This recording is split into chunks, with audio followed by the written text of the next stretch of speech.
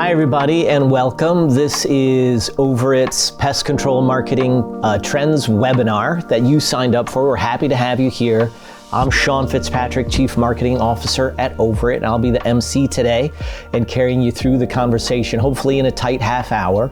And today I'm with Ryan Kilgallen, Director of Digital, and Devin Dinsmore, Director of Brand and Content, and both of these guys run strategy together here in an integrated way at Overit. And across from me, Dan Dinsmore, my boss, our CEO. Hi, Dan. Hi, Sean. So we want to cover a lot of ground on the Trends book, and a lot of people have downloaded our Pest Control Marketing Trends ebook, and we had it at Pest World a couple weeks ago in Orlando, and met a lot of you then, and have been having some great conversations. So we do want to go through that and give y'all some actionable tips on things you can do in 2026 to amp up your marketing program. So we have a lot that we want to cover, but first we want to celebrate because a lot of folks here worked hard on the book, the ebook that you might have downloaded, and we got an award for it. It is an International Marcom Award, and so congratulations to Devin as the writer on this, and to Mitch Smith, a designer here at Overit, and Deshaun Busek, who's producing today, has a cool little video that Nick Hansen animated of the book. And yeah, we're just proud that our team made something that looked so cool, and hopefully it's the reason you're here today. It got your attention, and so we just wanted to give a shout out to the team. So hip hip hooray.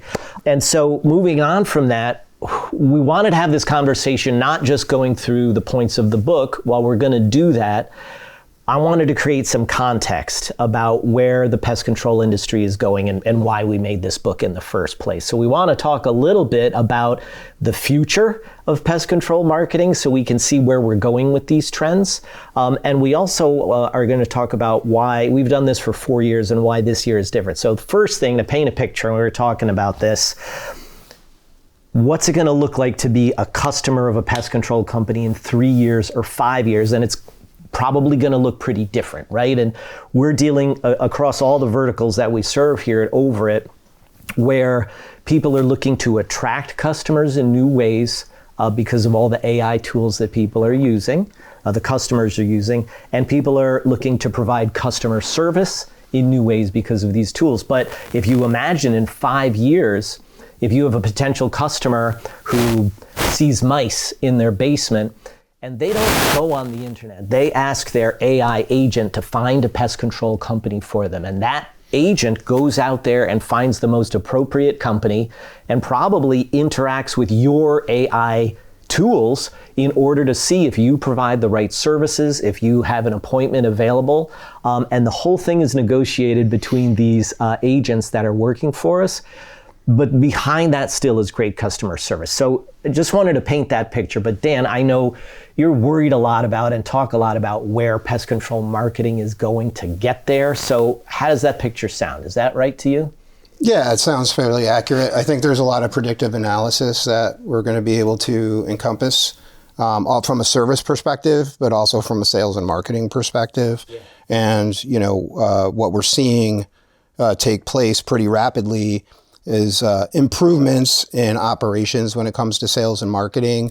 For instance, we're utilizing AI voice for inbound and outbound calling. Mm-hmm. We're looking at where those agents will be able to actually book appointments, mm-hmm. send out contracts, close deals.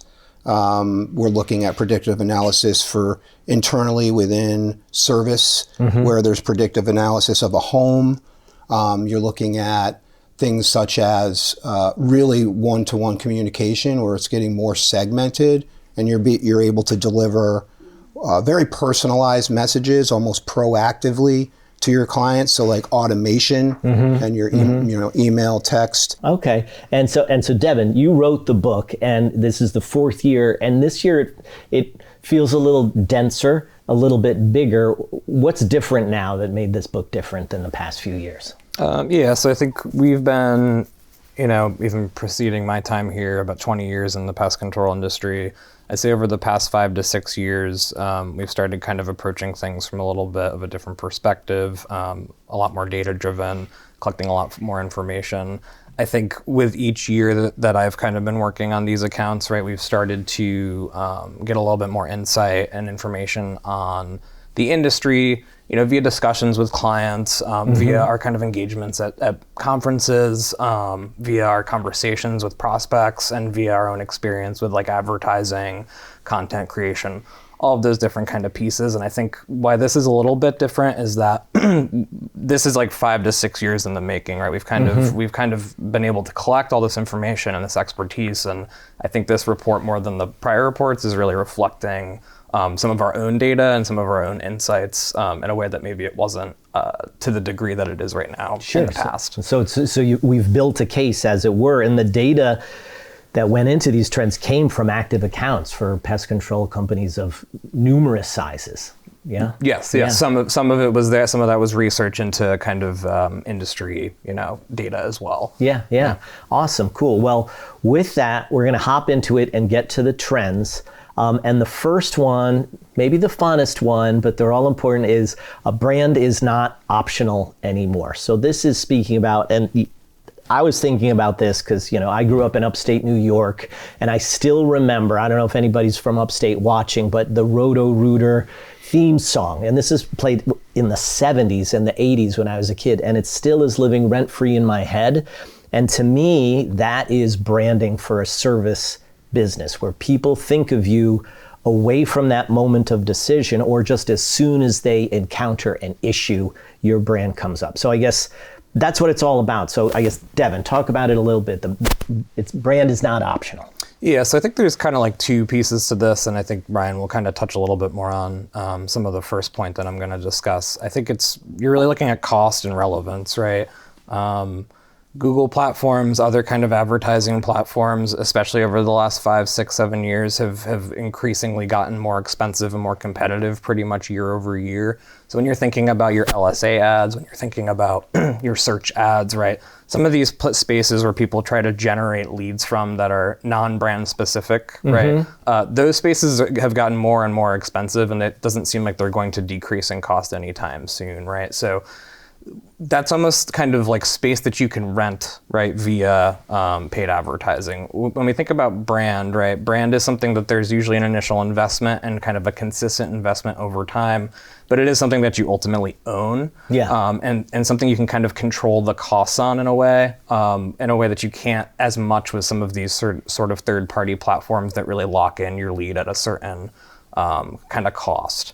Right, so I think one part is the control of your own kind of your name, your advertising, and kind of the ability to scale up as people become familiar with you as a company, and not familiar with you as a company in a larger vertical, if that kind of makes sense, right? So I think that's one piece, is the cost element, the control element. The other piece, I think, is just relevance and visibility. It is a really competitive space. There are some really big players in the pest control space. There's been a lot of consolidation in that space as well. So, sometimes you have fairly large companies that are now competing with huge companies. Sometimes you're looking at like huge corporate entities that a medium to large size pest control company is competing against. You're probably never going to win the lead cost-wise against that kind of company, right? But what you can do to distinguish yourself in the market is you can kind of develop brand material that sticks out in the market and makes you memorable. Ryan, you have a stat that points out or illustrates the value of brand marketing, right? I do. So for certain high margin services like termite control, a branded click can be 1/10 the cost of a normal non-branded click. And Google sets minimums in your ad auctions. So depending on your market, even if there's no competition, just because they know termite is high margin, they might say your minimum click cost is $50. The highest click that I saw was a $127 termite click. And if you just had your brand name in front of that word termite, it could be $3. So there's a very real world place where it only makes sense to pursue brand after you've scaled your initial advertising. That's a great story, and I love that because just when we were at Pest World, I talked to 3 companies where the first thing they said was, branding is too expensive, and there's this idea that you're throwing money out the door, but that's a statistic that shows that it's an investment that can save money in different ways. And I guess, and it's not just about TV spots, right? Like branding can be straightforward on social, things like that, right, Dan? Well, I think things, it goes back to if a company wants to get to a place where they're going to own the market, you can't really do that without strong branding. When you're creating branding, I think a lot of companies look at it when they're smaller. If it's a $0 to $2 million company, they need to get the leads. Like a market entry piece. Right, they need to get the leads and the investment into that. But I think what we've started to realize, instead of having to do these immense brand procedures, and create, very expensive creative, that we can approach it in a very longer tail fashion, right? So that we can start working on the brand, getting the brand voice correct, finding those differentiators, not breaking the bank and interrupting too much into lead gen. Because at the end of the day, the brand is going to help generate more leads. That's what I wanted to ask about. How can our viewers know, when is it the time to bulk up on brand? What can they ask their PPC team to tell them that lets them know? I don't know if a PPC team would tell you, but I think when you're looking at, no offense to Ryan, he's more than a PPC team. Yes, so much, yes. But the reality is that, putting specifics around it from my personal experience, I think you do need to start with an investment into brand. I think once you hit the $5 to $10 million mark, there needs to be a reinvestment and high consideration into putting more into creative materials that can be spread across different various channels, and you can use it on your organic. It's always going to be brand recall that wins.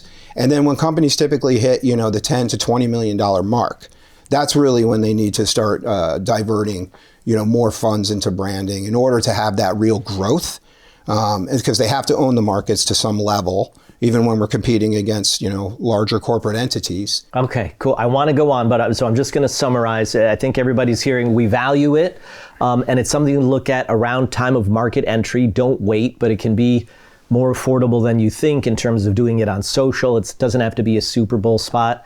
Then as you're growing, working to see when is your lead gen just starting to become too expensive, buying customers, and you can look at those punctuated moments. And then finally, market domination is the time where you just need to open up the space. Yeah, I'm a big believer in owning and not leasing. Right, yeah, okay. And so thank you. That brings us to our next trend, which is owning your channels and the future. And so my understanding on this trend is that there's so much change out there, and these walled gardens and all of these different tools are shifting where our company's going to need to go to buy their leads in the future. And this trend is talking about maximizing your control where you have the most control, which is on your own channel. So Devin, could you dig in on that, please? Yeah, I think there's a couple kind of pieces to this, right? One, I think, is your customer list, right? And we've worked with companies in the past that haven't necessarily utilized their customer list to its fullest potential.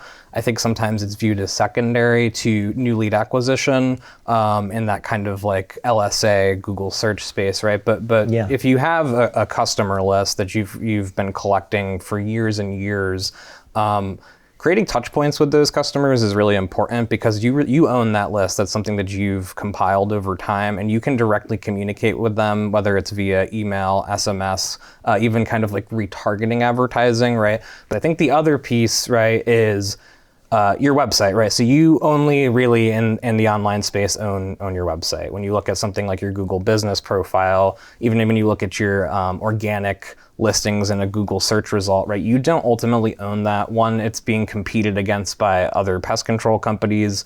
Two, it can kind of change in what feels like arbitrary ways based on the Google algorithm shifting, for example, right? Yeah. So, but what you do own is your website, and I think there's a lot of importance there when, getting into the weeds of kind of local search and stuff like that. But I think when I think about owning your website, I think it's about keeping an eye on what your traffic looks like and what your customers look like who are coming into the website. Don't kind of neglect your website, and don't neglect looking at the information that is available on that site, because it can provide a lot of interesting information. But we're also looking at that for retention. That does hit the bottom line, and we have actually, measured and seen the effectiveness of improving retention through communication. The technology within AI is actually, looks at weather, looks at geo, looks at these things, and we're going to have the ability to predict where there's going to be problems, so we can start communicating with folks. It'd be really nice if you knew that we were going to get, 6 inches of snow last night, you know? And I think that's going to be a very similar situation in using predictive AI technology for customer service and communication. Absolutely. All right. We'll dig into that a little bit more with data in a minute. I do want to flag, you know, some folks on this particular point, they say like, well, what kind of trend is that to say to invest in your website? But we have seen people actually beginning to look past their websites because there are trends of diminished website traffic, the way that the search engines are working, right? And Dan, I know you're passionate about this, that even when we're looking at AI SEO that is for LLMs, the website is central to letting the LLMs know what you have to offer. Even if people aren't visiting it, it's your communication hub to ChatGPT and Perplexity, right? Can you talk about that for a minute? Yeah. So yeah, it's really critical that you have a strong content strategy and that you have an understanding of what the LLMs are looking at, right? And I think it is important to create content that can't be completely summarized by AI, because everybody's going to AI and, you know, here's my question, give me my final answer. Yeah, zero-click search. Zero right? click, Yeah. right. So what we want to do is create enough types of content where people are interested. They want to, you know, could be educational, could be calculators, could be videos, could be this different types of content that we're really drawing people in, so they're still visiting the site, right? Yeah. Because that's ultimately where we want to convert from. Yeah. So yeah, I mean, I think it's just a matter of the website is going to continue to be of super importance, because when they do make that decision, usually they'll make the decision and then they're going to go to the site to reaffirmate their decision, right? Yeah. So they're going to, you know, are we giving them that trust? Do they feel good about the brand? Yeah. Do they feel confident they're going to get serviced properly? Yeah. All of those things are really critical. To have that so trust websites will relationship. continue Yeah. to be a very, very important part of the puzzle. Okay, awesome. And we have, just to do a plug, and Deshaun, hoping we can get on the screen a QR code for, we did a webinar over the summer about AI SEO, so hopefully you're seeing it over me right now, a QR code, and you can go and check that out. And we're talking to some SEOs from Overit about things that brands can do on that front right now. Okay, on to the next trend. Trend 3, the rise of video as a retention and acquisition tool. Devin, can you lay out the groundwork for us? Social media, though, as well, is kind of its own search engine, right? And it's not always viewed that way, but it is, right? I mean, there's millions of people search for things in those spaces all of the time. So especially anybody who has a Gen Zer in the house knows, like, you know, like my kids often don't go to Google search. They'll search through Insta or something like that. And so video plays a role then in that search. Yeah, and we've seen that the social media platforms have become increasingly more video based. I'm sure some folks who are watching this right now, right, are on Instagram Reels themselves, maybe on TikTok, maybe Meta Reels, right? These are all these kind of short form video platforms that have kind of started to dominate the social media space. So I think it's really important that companies, to a degree, start prioritizing or at least get their feet wet in kind of posting short form videos so that they can meet consumers where they are. I think right now, a lot of pest control companies don't view social as a priority, and it's not the number one priority, right? But I do think short form video in those spaces is ultimately, today, is good to kind of get familiar with, and tomorrow, as you know, more millennials become homeowners, as eventually Gen Zers will become customers, getting that kind of familiarity and trust in the social space with some short form video content is a really important piece.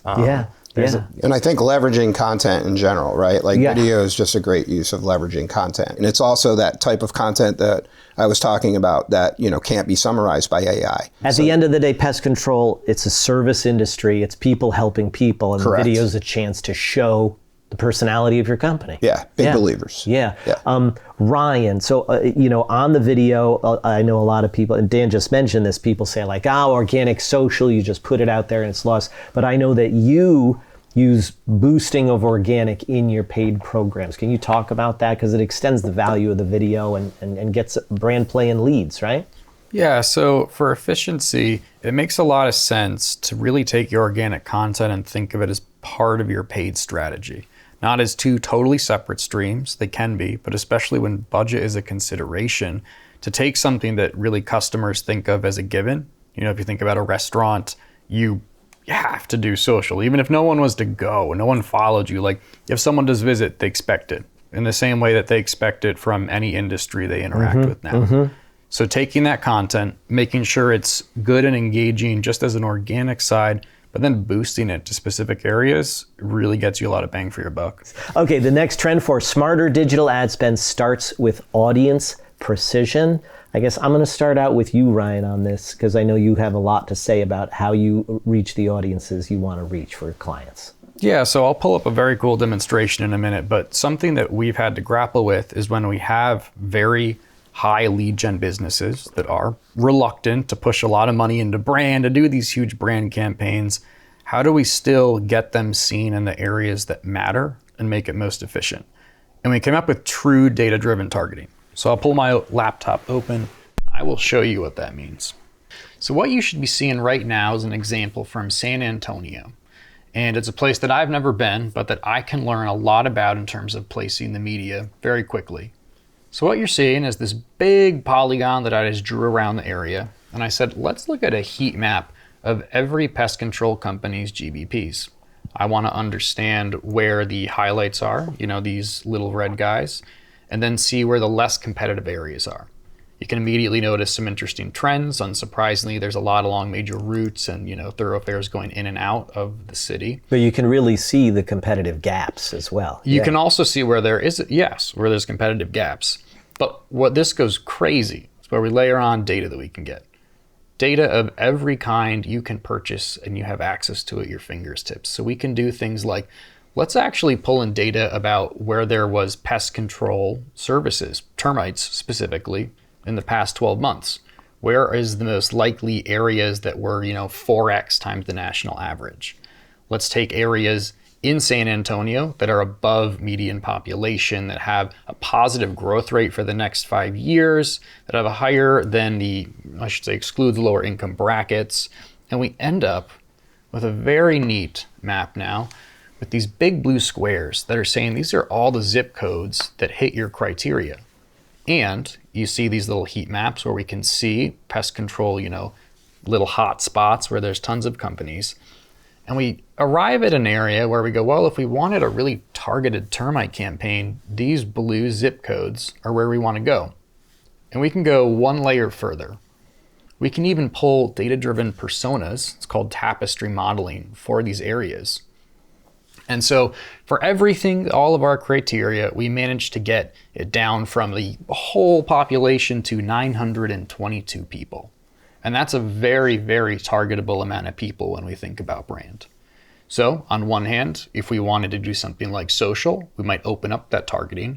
But for this small of an area, really 1%, 600K medium home value, 2.5% annual growth rate, double the national average wealth index, we can pull that as an address list. And you could do, say, actual direct mail targeting or digital door knocking. Just send ads right to those specific addresses with termite ads, really tailored to how this demographic feels and thinks. So this is an approach that you have that everybody knows that the walled gardens have amazing AI-driven targeting now, right? But you've taught me that you're looking at how to set up the account so that those AI optimizations can occur, and then you can manage them softly or complement them with data like this, right?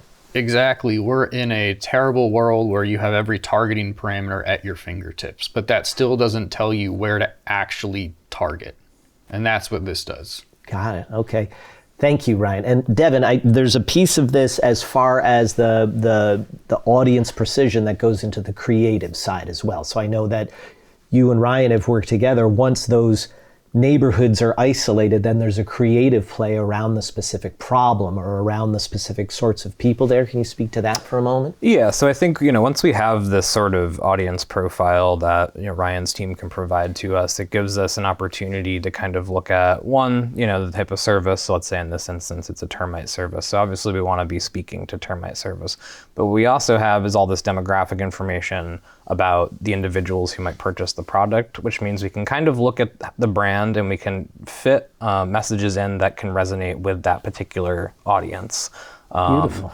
So it's not really like changing the brand fundamentally, but it is figuring out where does the brand fit in to this audience? What are the unique selling propositions that we can pitch to these folks that make sense to them? So it really does give us a deeper understanding of how we can kind of diversify the message and diversify the creative to appeal to the folks we're really trying to sell to. Awesome. Thank you. Deshaun's given me a 5-minute warning, so we're going to move on to the next trend, which is the AI boom. So this is talking about how the boom is real, but we still need expertise on top. And so just say this is the most philosophical trend point in the book. And so Devin, you started out on this and as far as writing this content. So what's your view on this as far as where the expert comes into play with AI? Yeah, so I think there's no question that AI is a really useful tool, right? But I think it's important to remember that it is a tool, right? It is not a person or an expert on its own, right? So the way that we kind of view AI is it can help with our workflows, can help us to increase deliverables for clients, but it's also really a multiplier for strategy, right? Versus kind of like a fundamental kind of shaker of how we approach strategy in general. So how I think about it and how I'm often using it when I am using it, right, is as a way to kind of like further inform me or give me more insight points into maybe like, like we were just talking about, like certain demographic groups, right, that we're trying to target, or certain ways to speak to those folks, but not necessarily as like the fundamental kind of overall expertise driver.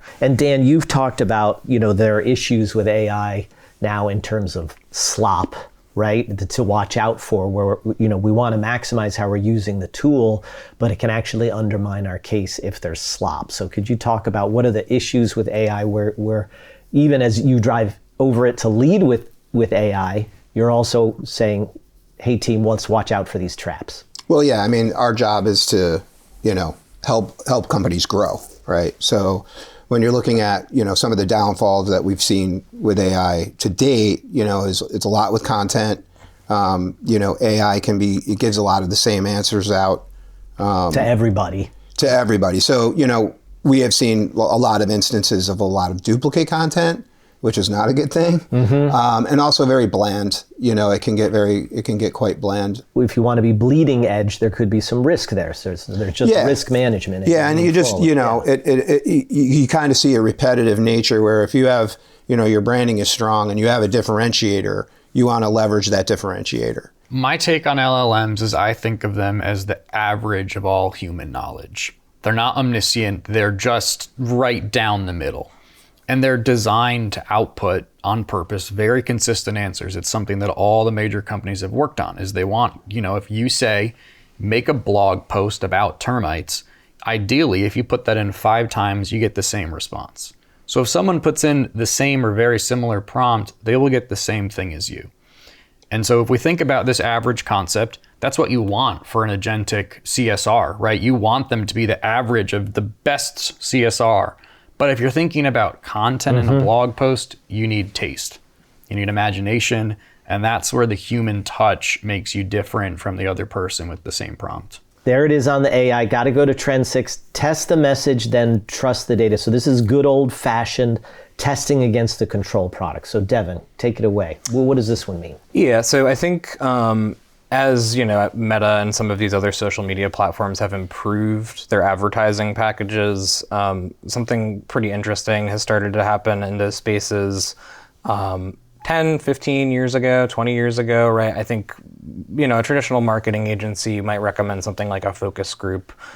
This can be really expensive endeavors. They're obviously very limited in their scope because you're trying to pick from a kind of control of the overall population. I think what the social platforms can kind of do is imagine you want to run a cockroach campaign for 2 months, right? So you want to invest a significant portion of your overall, your year into advertising for this particular service. What we can do using these social platforms is we can test different types of creative and messaging to kind of identify early on in the campaign what's working and what's not. And what that can do ultimately, right, is it can cut the cost of the campaign down, right? Your CTRs will be, less expensive because people are engaging with the piece of creative that is most effective.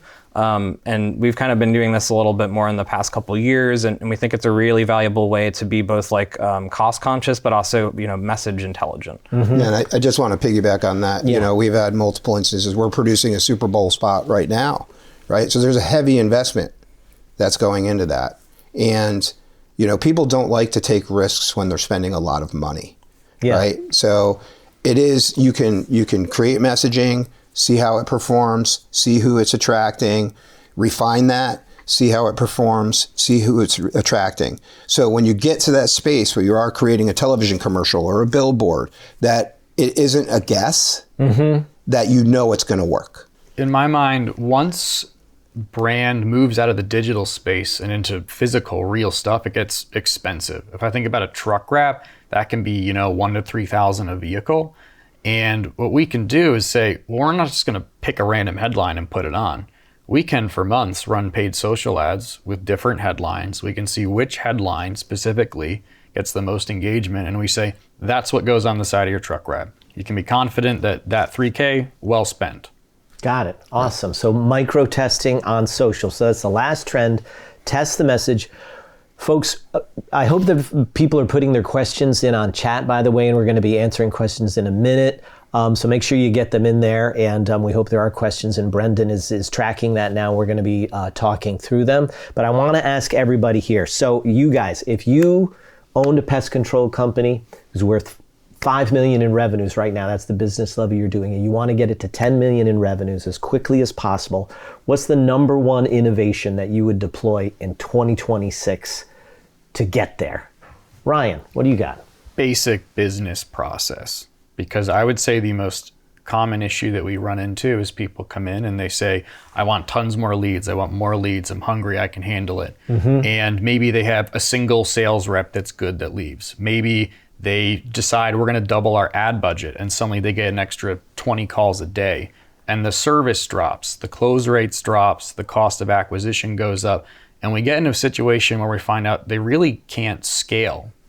So you need the basic right to double the size of your company. I love that. And a lot of folks watching might have seen Overit's dashboard. So we make executive dashboards that are for the marketing funnel and the sales funnel. And so, and Ryan and Devin have been huge champions for this, to minimize that debate between the sales team and the marketing team about, you know, where the kinks might be in the process. Everybody can look at the dashboard together and problem solve together. And so you can about getting down to that collaborative approach to making the process work. Yeah, I think finding that kind of perfect balance between your lead gen spend and your kind of brand advertising. And if you're not investing in any kind of brand or service-based advertising, invest in that a little bit. It might take a little bit of trial and error to figure out based on which market you're in, right? What makes sense as far as the split goes, but I think really figuring out how you can maximize your return on investment in lead gen advertising and then supplement that with brand advertising, that's going to set you up for good growth in year one, but it's going to set you up for better growth when you get into year 2, 3, 4, and 5. So I think that's a really important piece, is understanding how you want to split your media spends and having the right team behind some of your creative and paid advertising optimization to really deliver results. I would be looking at segmenting the list and really creating, you know, user journeys and workflows of communication. That's going to create better retention. And I think most importantly, I would want to be fine tuning that sales and marketing process, that they're in sync. Yeah. Because that's, you know, just from our experience, you know, that's kind of been the downfall. You know, I want a 50% close rate. You know, if I'm running, and that takes 40%, collaboration if you're going to get there. Well, it takes collaboration over the wall, and right? it takes consistency. Yeah. You know, and I would be deploying nights and weekends some AI voice stuff to just from an efficiency standpoint, right? AI telephone, nights and weekends. You heard it from Dan Tickler, for now, you know. Unfortunately, the CSRs, you know. Yeah. They're going to love it. It's great. They're going to love it. So thanks, everybody. So we need to go to questions now. So we're going to go and look at the chat and see if there's questions. Deshaun, do we have any good questions? Yes, we do.